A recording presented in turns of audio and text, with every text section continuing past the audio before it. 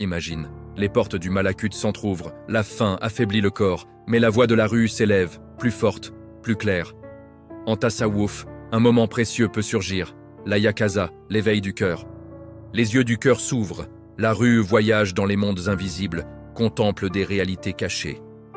Mais ce ramadan pourrait être le dernier.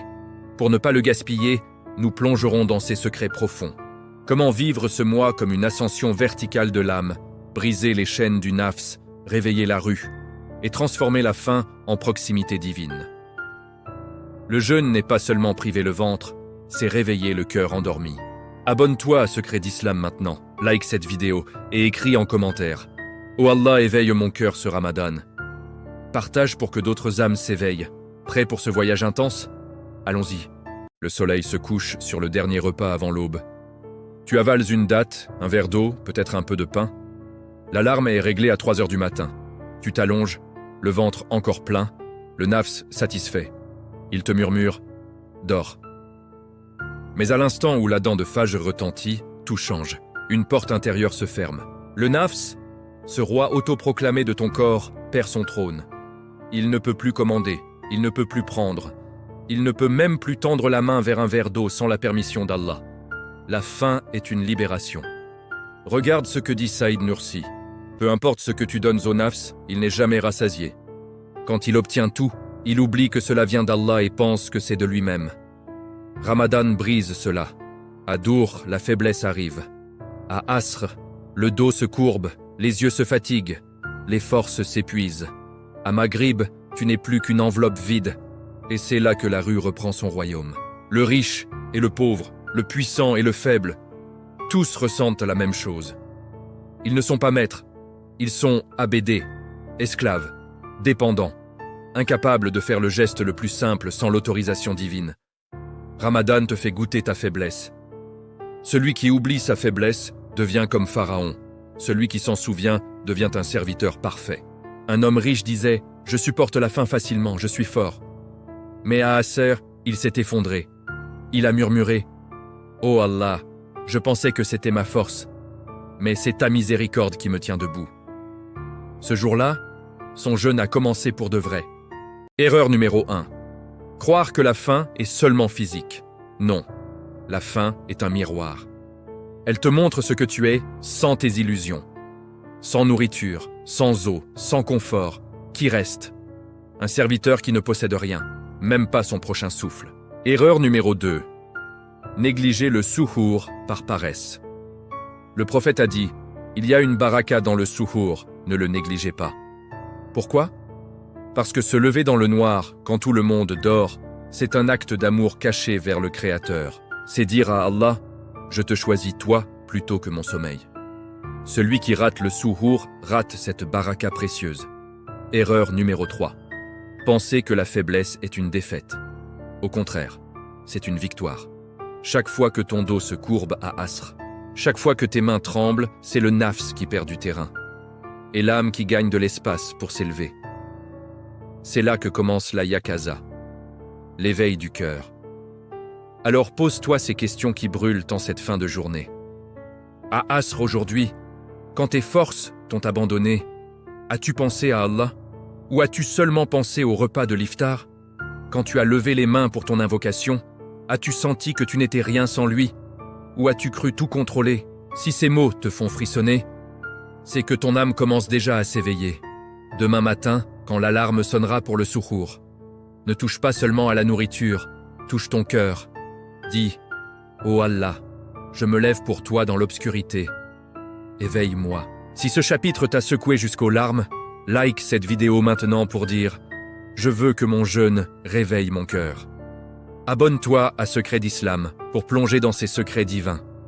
Écris en commentaire « Oh Allah, fais de ma faiblesse une force. » Partage ce chapitre. Une âme dort encore et a besoin de ce réveil. Le prochain chapitre sera encore plus intense. On parlera de ce qui se passe quand le nafs se rebelle malgré les chaînes de Shaitan. Prépare ton cœur. Ça va faire mal, mais c'est pour guérir. Qu'Allah fasse de ce Ramadan un mois d'éveil éternel. Amin. Le prophète nous a révélé un secret qui glace le sang et embrase le cœur en même temps. Lorsque arrive le mois de Ramadan, les portes du paradis s'ouvrent, les portes de l'enfer se ferment, et les diables sont enchaînés. Subhanallah, Shaitan est enchaîné. Les murmures extérieurs se taisent, les tentations visibles s'affaiblissent. Alors pourquoi, même en plein Ramadan, le cœur peut-il encore trembler de colère? Pourquoi la langue peut-elle encore trancher comme un couteau? Pourquoi les yeux peuvent-ils encore se perdre dans l'interdit? Pourquoi commettons-nous encore des péchés alors que l'ennemi principal est sligoté? La réponse est terrifiante et libératrice. Le vrai ennemi n'est pas dehors, il est dedans. C'est le nafs al-ammara, celui qui ordonne le mal, tapi au fond de chaque poitrine. Shaitan n'est que le murmureur extérieur. Le nafs est l'allié intérieur. Imagine, Shaitan est attaché par des chaînes divines, mais le nafs, affamé par la privation, se réveille en rugissant comme une bête blessée. Il crie « Donne-moi, remplis-moi, venge-toi » Et c'est là que commence la bataille la plus épique, la guerre contre soi-même. Le prophète a dit « Le moujahid véritable est celui qui lutte contre son propre nafs pour l'amour d'Allah. » Ramadan est le chant du jihad akbar. Erreur numéro 1. Penser que les chaînes de Shaitan suffisent. Non, Shaitan a déjà semé ses graines dans le nafs depuis 11 mois. Ramadan te donne l'arme pour les arracher.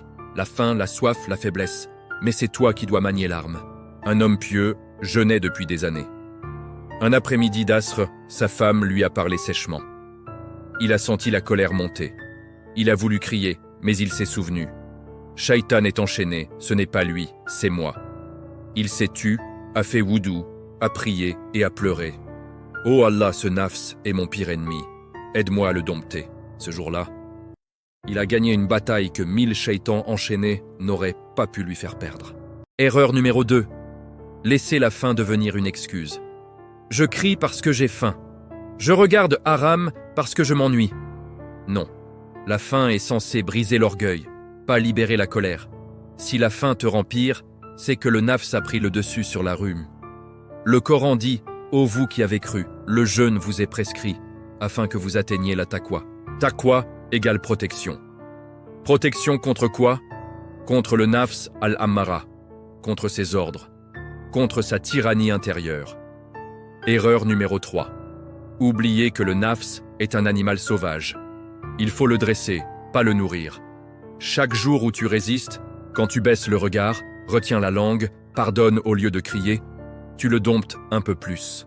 Et à la fin du mois, ce qui reste n'est plus un monstre. C'est un serviteur soumis. Alors pose-toi ces questions. Aujourd'hui, quand la colère est montée, était-ce Shaitan ou ton nafs? Quand tes yeux ont glissé vers l'interdit, qui a ouvert la porte? Quand tu as ressenti l'envie de gaspiller ou de médire, qui commandait vraiment? Es-tu prêt à affronter ce tyran intérieur ou vas-tu encore lui céder? Si ces mots te font mal au cœur, c'est bon signe. La douleur est le premier cri de la rue qui se réveille. Demain, quand le nafs hurlera à nouveau, ne le nourris pas, affame-le, dis « Oh Allah, je te prends toi comme maître à la place de ce nafs rebelle. » Si ce chapitre t'a fait sentir la guerre intérieure, like cette vidéo pour dire « Je combats mon nafs pour Allah ». Abonne-toi à Secret d'Islam pour ne rater aucun secret. Écris en commentaire « Oh Allah, dompte mon nafs et fais régner ma rue ». Partage ce chapitre. Le prochain va plonger plus loin.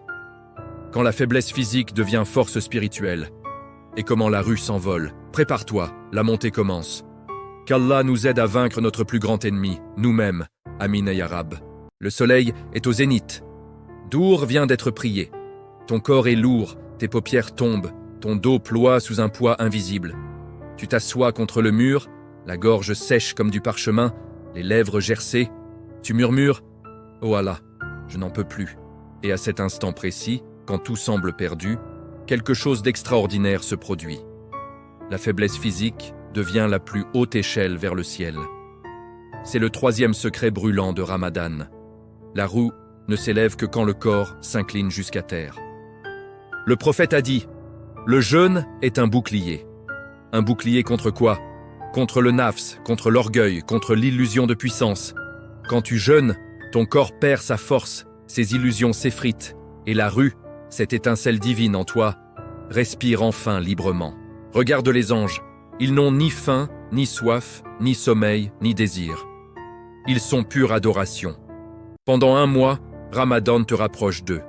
Tu t'abstiens de manger, de boire, de désirer, de dormir pleinement. Ton corps devient léger comme le leur et la rue commence à ressembler à la leur. C'est là que les voiles se déchirent. C'est là que la yakaza, l'éveil véritable, peut frapper comme un éclair. Un compagnon, affaibli par la faim à Asr, s'est effondré en soujud pendant une prière. Il a pleuré « Oh Allah, je ne suis rien, mais toi, tu es tout ». À cet instant, il a vu une lumière qu'il n'avait jamais perçue avant. Il a dit plus tard « Ce jour-là, mon corps est mort, mais mon cœur est né ». Erreur numéro 1. Combattre la faiblesse au lieu de l'embrasser. Tu prends du café, tu manges trop au suhour pour tenir. La faiblesse est ton allié. Chaque tremblement de main, chaque vertige, chaque soupir est une prosternation involontaire devant Allah. Laisse-la venir. Laisse-la te briser. C'est dans les fissures que la lumière divine entre. Erreur numéro 2. Confondre endurance physique et victoire spirituelle. Je n'ai pas eu faim aujourd'hui. Je suis fort. Non. Celui qui ne sent pas la faim ne goûte pas la dépendance. Celui qui ne tremble pas ne se souvient pas qu'il est abédé. La vraie victoire n'est pas de gérer le jeûne, c'est de se rendre compte qu'on ne gère rien. Erreur numéro 3, oublier que la rue se nourrit de la faiblesse du corps. Quand le nafs hurle de faim, la rue murmure « Regarde, tu n'es rien sans lui ». Quand le corps s'incline, la rue se redresse. Quand les forces terrestres s'éteignent, les lumières célestes s'allument. Alors pose-toi ces questions qui arrachent le voile. À Asr aujourd'hui, quand tes forces t'ont lâché, as-tu levé les yeux vers le ciel ou vers l'horloge? As-tu senti que sans Allah, tu ne pouvais même pas respirer? As-tu remercié pour cette faiblesse? Ou l'as-tu maudite? Es-tu prêt à laisser ton corps s'effondrer pour que ta ruche s'envole? Si ces mots te font monter les larmes, c'est que la rue bat des ailes. Demain, quand la fatigue te frappera de nouveau, ne lutte pas. Prosterne-toi, dis « Oh Allah, dans ma faiblesse, je te trouve. Élève-moi. » Si ce chapitre t'a fait sentir cette ascension intérieure, like cette vidéo maintenant pour dire « Je choisis la faiblesse qui élève ». Abonne-toi à Secret d'Islam pour continuer ce voyage. Et écris en commentaire « Oh Allah, fais de ma faiblesse un pont vers toi ». Partage ce chapitre. Une âme épuisée a besoin de comprendre que sa faiblesse est sa force. Le prochain chapitre touchera une plaie plus profonde.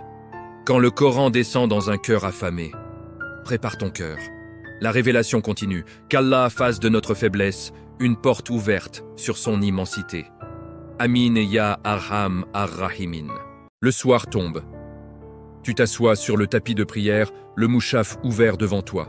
Les pages sont familières, mais ce soir ton corps est épuisé, ton âme s'affaiblit.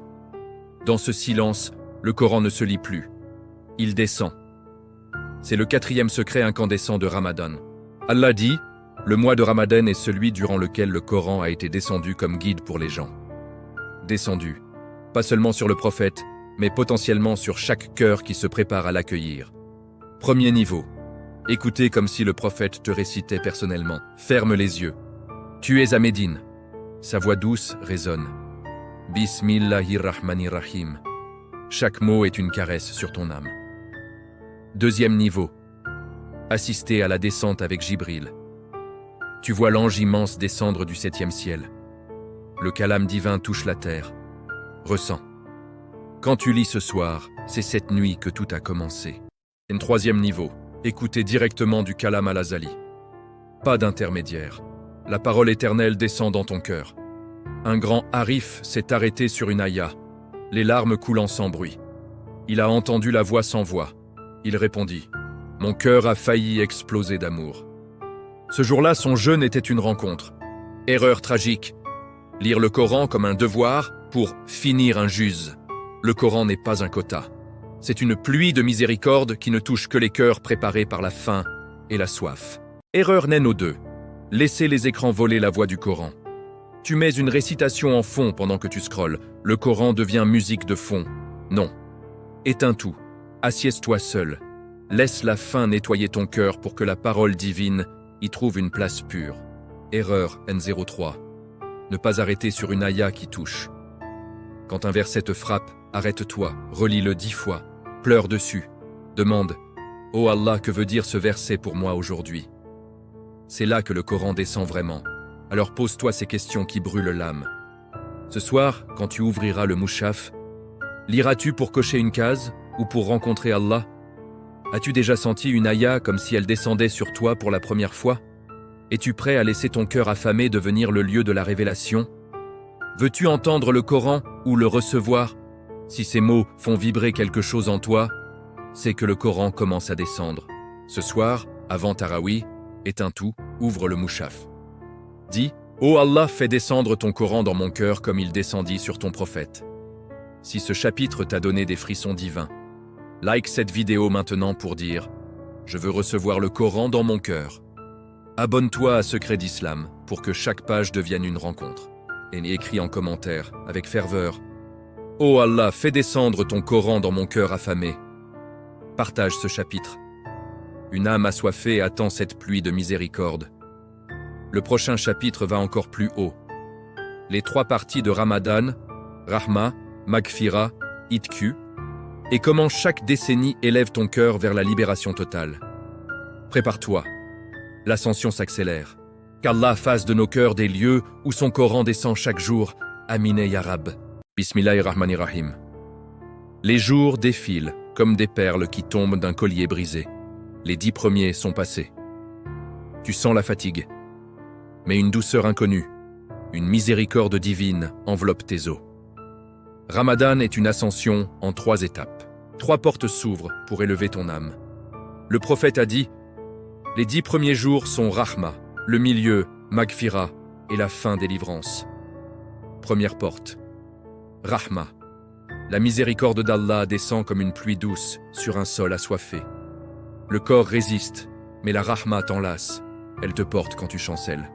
Tu sens une force invisible à chaque pas vers la mosquée, à chaque sujude où tes larmes coulent. Deuxième porte, Maghfira. Tes péchés, ces ombres qui te suivaient, se dissolvent sous la pluie du pardon. Le cœur s'ouvre, les rancunes fondent. Tu pardonnes, car tu te sens pardonné. C'est la porte de la purification. Allah lave ton âme comme un vêtement purifié pour la prière. Troisième porte, la délivrance du feu. Tout culmine ici. Laylat al-Qadr plane comme une ombre immense sur ces nuits sacrées. Chaque dua est au vécu comme la seule. Chaque larme pourrait éteindre les flammes. Allah te sort des chaînes du monde et te prépare au paradis. Un vieil homme malade faisait son itikaf. Le 27e jour, il s'effondra en soujude, murmurant « Ô Allah, délivre-moi du feu ». Le lendemain matin, il est parti en paix, le sourire aux lèvres. Il est mort libéré d'une prison éternelle. Erreur numéro 1. Vivre les 3 décades comme une seule. Tu commences fort, puis tu relâches au milieu et tu t'effondres à la fin. Non, chaque décennie a son secret. Les 10 premiers acceptent la Rahma. Les 10 du milieu implorent la Maghfira. Les 10 derniers cherchent l'ITQ comme si ta vie éternelle en dépendait. Erreur numéro 2. Négliger les 10 derniers par fatigue. C'est là que tout se joue. Laylat al-Qadr est caché dans ces nuits. Celui qui dort pendant qu'elle passe perd 83 ans de récompense. Celui qui veille gagne l'éternité. Erreur numéro 3. Oubliez que ces portes ne s'ouvrent qu'avec le cœur, pas avec le corps seul. Tu peux jeûner physiquement les 30 jours, mais si ton cœur reste fermé, aucune porte ne s'ouvrira. Alors pose-toi ces questions qui percent jusqu'à l'os. Dans ces premiers jours, as-tu senti la Rahma te porter? As-tu imploré le pardon avec des larmes vraies au milieu du mois? Es-tu prêt à tout donner dans les 10 derniers, même si ton corps crie grâce? Veux-tu sortir de Ramadan libéré du feu, ou juste libéré de la faim?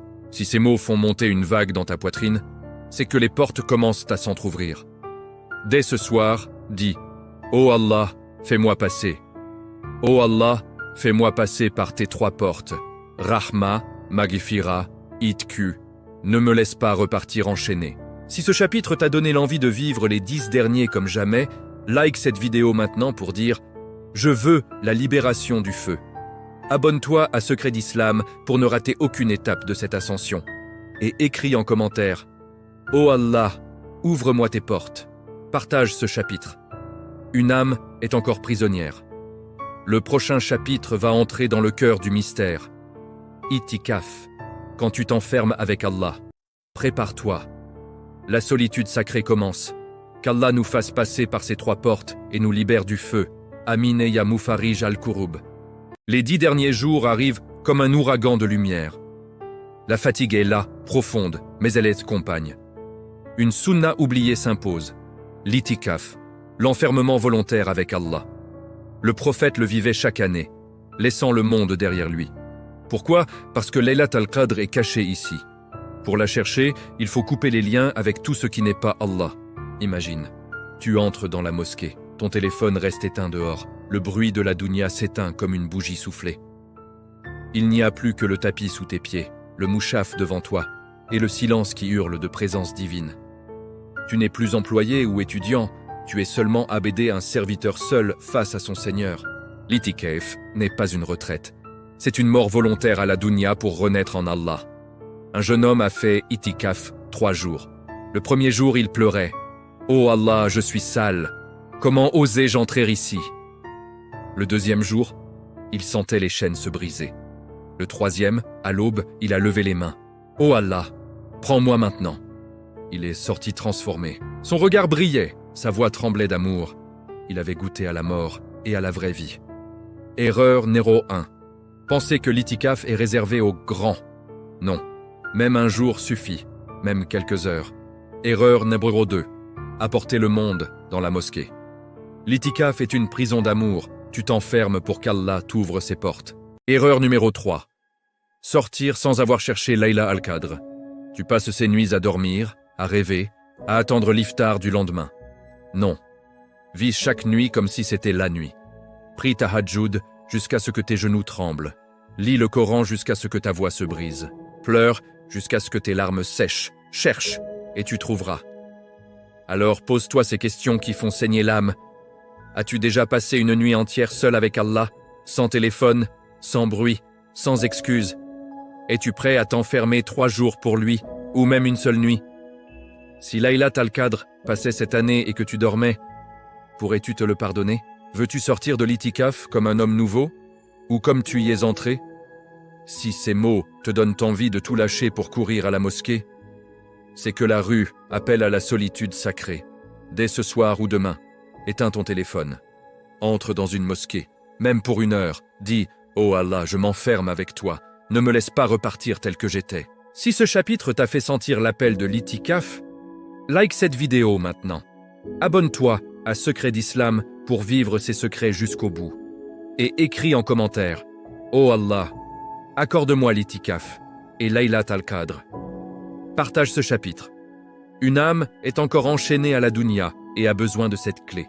Le prochain chapitre va entrer dans la nuit la plus précieuse, Laylat al-Qadr. Prépare tes larmes, la nuit approche. Qu'Allah nous accorde l'itikaf sincère et nous fasse trouver Laylat al-Qadr. Amin. Les 10 derniers jours sont là. La mosquée est pleine de murmures, de soupirs, de cœurs qui battent trop fort.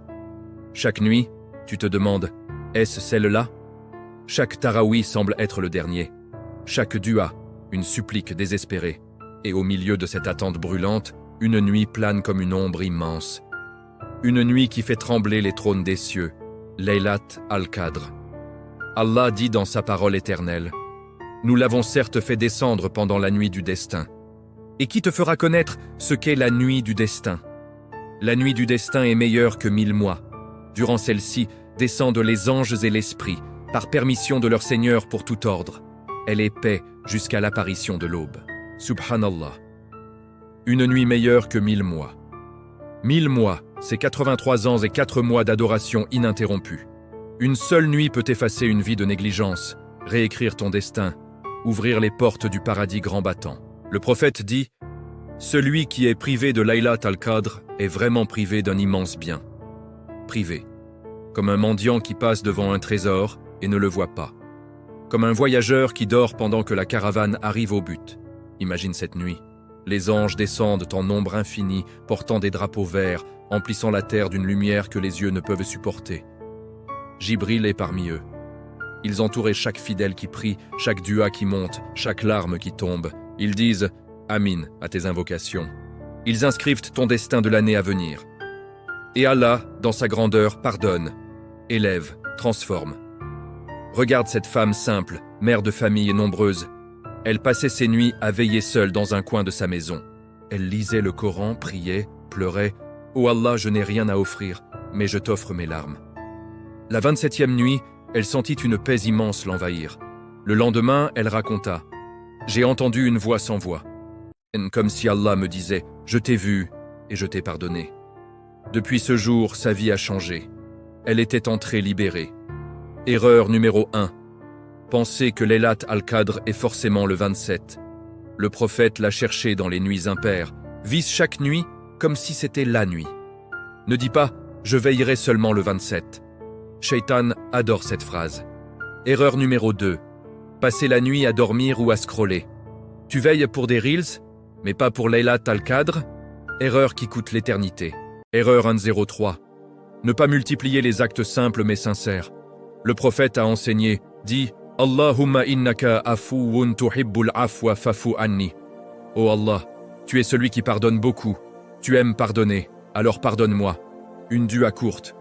Mais sur cette nuit, elle vaut des océans de récompenses. Alors, pose-toi ces questions.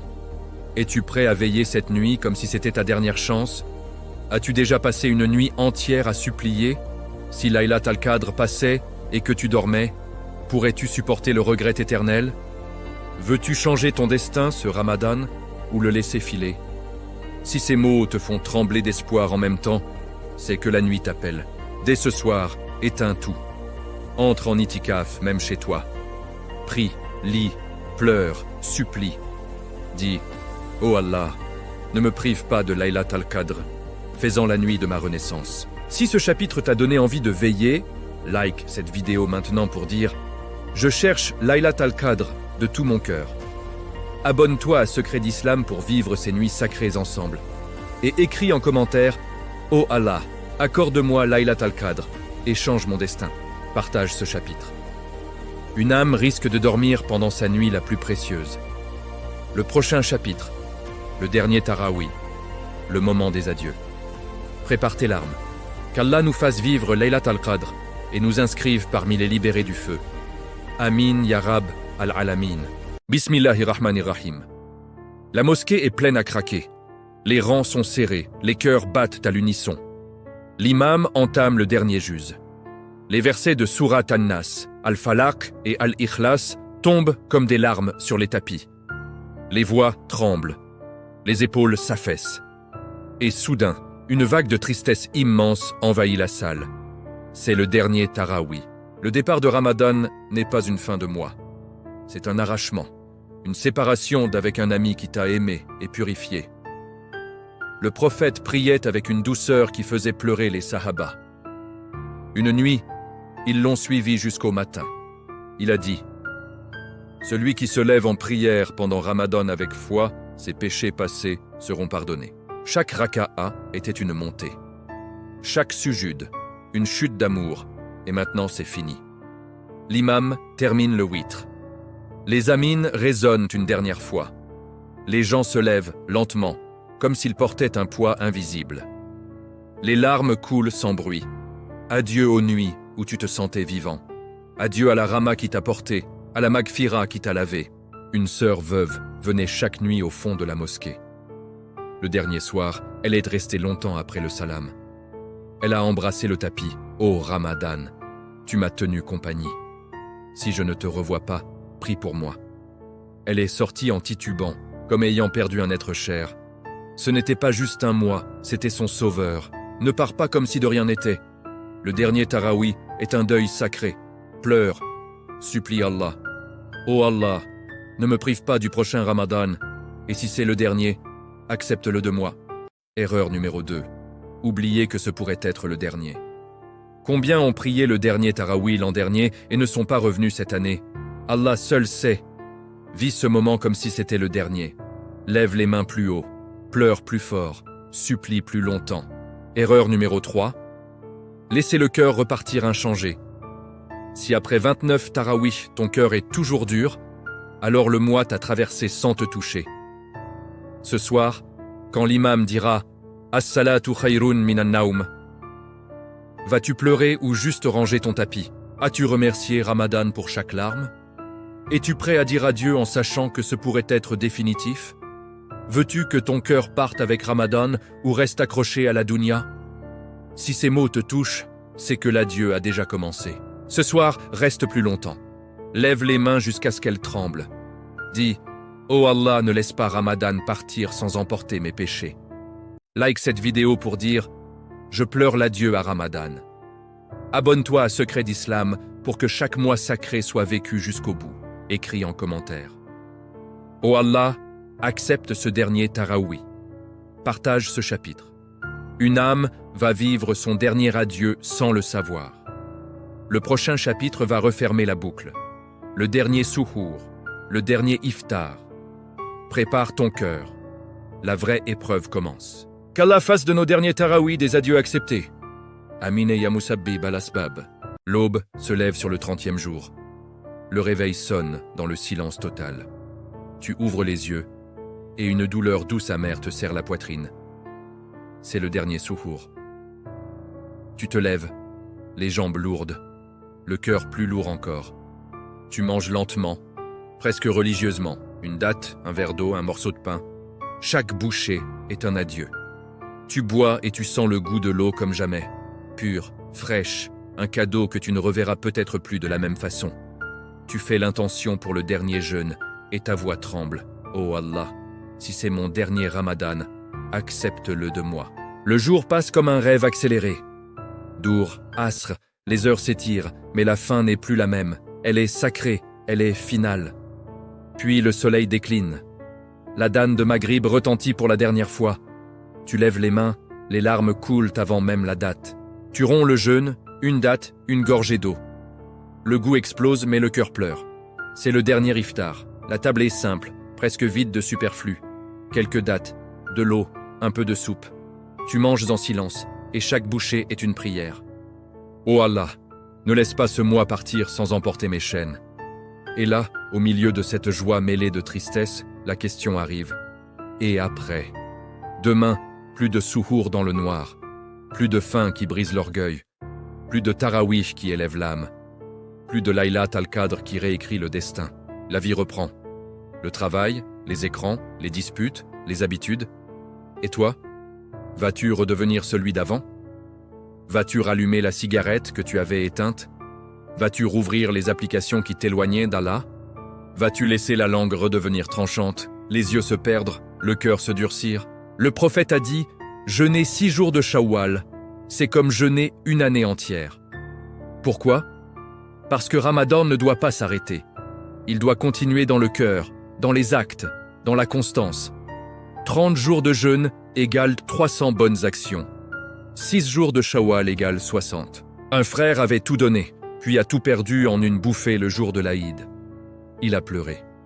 Ne laisse pas Ramadan partir sans l'emmener avec toi. Erreur numéro 1. Célébrer l'Aïd comme une fin. L'Aïd n'est pas la victoire finale. C'est le début du test réel. Si ton cœur redevient dur le lendemain, il n'y a pas eu d'Aïd véritable. Erreur numéro 2. Oublier les sunnas post-Ramadan. Les 6 de Shawwal, les lundis et jeudis, les jours blancs, ce sont les fils qui tissent la continuité. Sans eux, Ramadan devient une parenthèse. Erreur numéro 3. Ne pas faire de plan concret. Pas de résolution écrite. Pas d'amis pour te rappeler. Pas de lecture quotidienne du Coran. Résultat, le feu s'éteint doucement et le nafs reprend son trône. Alors pose-toi ces questions qui hantent jusqu'à la tombe. Demain matin, vas-tu te lever pour Fajr comme tu le faisais en Ramadan? Ou vas-tu replonger? Vas-tu continuer à baisser le regard, retenir la langue, pardonner? Ou vas-tu tout laisser derrière? Si ce Ramadan était le dernier, partirais-tu avec un cœur changé ou avec des regrets éternels? Veux-tu que Ramadan vive en toi 11 mois ou qu'il meure avec l'Aïd? Si ces mots te font monter les larmes de peur et d'espérance, c'est que la vraie question est déjà là. Dès l'Aïd, écris 3 résolutions simples et tiens-les. Dis « Oh Allah, fais que ce Ramadan soit le début, pas la fin. » Si ce chapitre t'a fait sentir l'urgence de l'après, like cette vidéo maintenant pour dire « Je ne laisserai pas Ramadan partir sans moi ». Abonne-toi à Secret d'Islam pour que la flamme reste allumée. Écris en commentaire « Oh Allah, fais de ce Ramadan un changement permanent. Partage ce chapitre. Une âme va retourner à ses chaînes demain et a besoin de ce rappel. Le dernier chapitre arrive. Le bilan final quand tu regardes en arrière et que tu vois si tu as gagné ou tout perdu. Prépare ton cœur. La vérité arrive. Qu'Allah fasse de nos Ramadans des commencements éternels, pas des fins. Amin. L'Aïd est là. Les rues résonnent de takbir. Les enfants courent en habits neufs. Les tables débordent de douceur. Les sourires illuminent les visages. Tu te tiens devant le miroir. Ton corps est plus léger. Tes yeux portent les traces des nuits blanches. Ton cœur semble avoir grandi. Mais au fond de toi, une question silencieuse, implacable, te transperce. Ai-je vraiment gagné? Ou ai-je tout perdu? C'est le dernier secret, le plus douloureux, le plus décisif. Ramadan n'est pas jugé à son début. Il est jugé à sa fin. Et surtout à ce qui reste après son départ.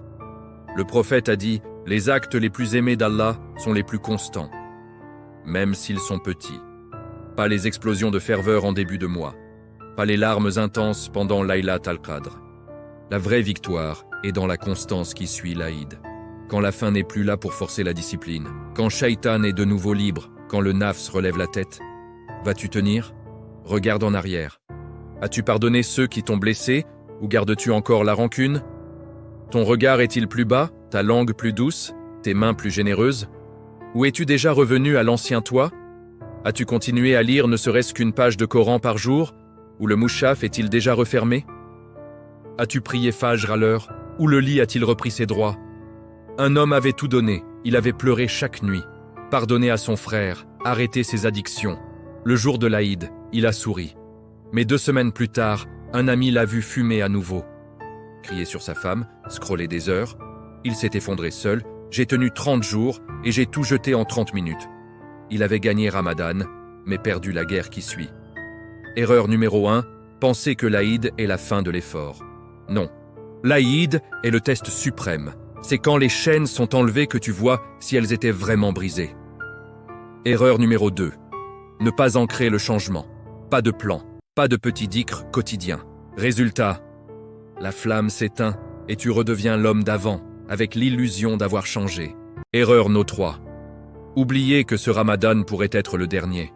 Combien ont dit « l'année prochaine, Inch'Allah » et n'ont jamais revu le mois suivant. Vis comme si c'était le dernier bilan. Si tu meurs demain, quel cœur présenteras-tu à Allah? Alors pose-toi ces questions qui te suivent jusqu'au tombeau. Regarde-toi aujourd'hui, es-tu plus proche d'Allah qu'avant le premier Ramadan? Ton nafs s'est-il dompté ou a-t-il seulement fait semblant? Si tu devais rendre des comptes maintenant, dirais-tu « Oh Allah, j'ai tenu » ou « Oh Allah, pardonne-moi, j'ai tout perdu ». Veux-tu que ce bilan soit une victoire éternelle ou un regret éternel? Si ces mots te font monter les larmes de vérité, c'est que ton cœur rend déjà son bilan. Dès aujourd'hui, jour d'Aïd, écris 3 actes simples que tu continueras toute l'année.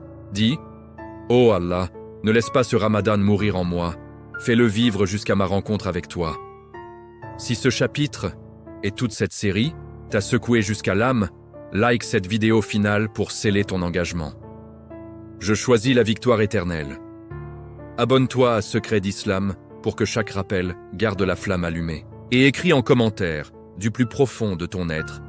Oh Allah, fais de ce Ramadan un bilan accepté et un changement permanent. Amin.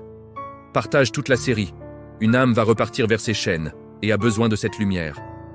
Qu'Allah accepte nos jeûnes, pardonne nos faiblesses et nous fasse sortir de chaque Ramadan meilleur, plus proche, plus pur. Qu'il nous accorde de le rencontrer avec des cœurs éveillés et des actes constants. Amin et ya Rabbal Alamin, ya Hayyu ya Qayyum. À très bientôt pour un nouveau voyage au cœur des secrets divins, Inch'Allah.